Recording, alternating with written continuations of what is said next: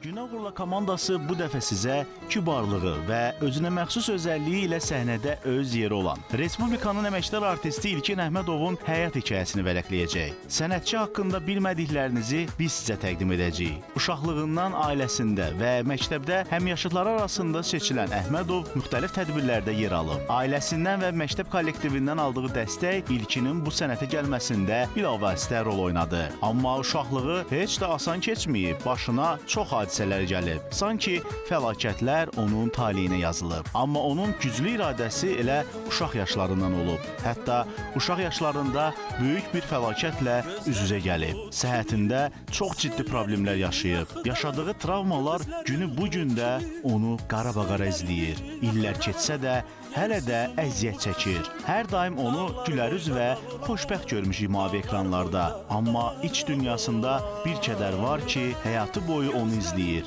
və gecələr yuxularını belə qarışdırır. Amma qəhrəmanımız hələ də ayaqdadır və bu sənətdə gördüyü işlərlə keçmişdə yaşadığı pis günləri unutmağa çalışsa da buna nail ola bilmir. Kədəri sevincə, sevinci kədərə qarışan İlkin Əhmədov. Yaşananlar onu sarsıtsa da bu sənətdən qopara bilmədi. Yandı canım, hicrinəm, vəsliyər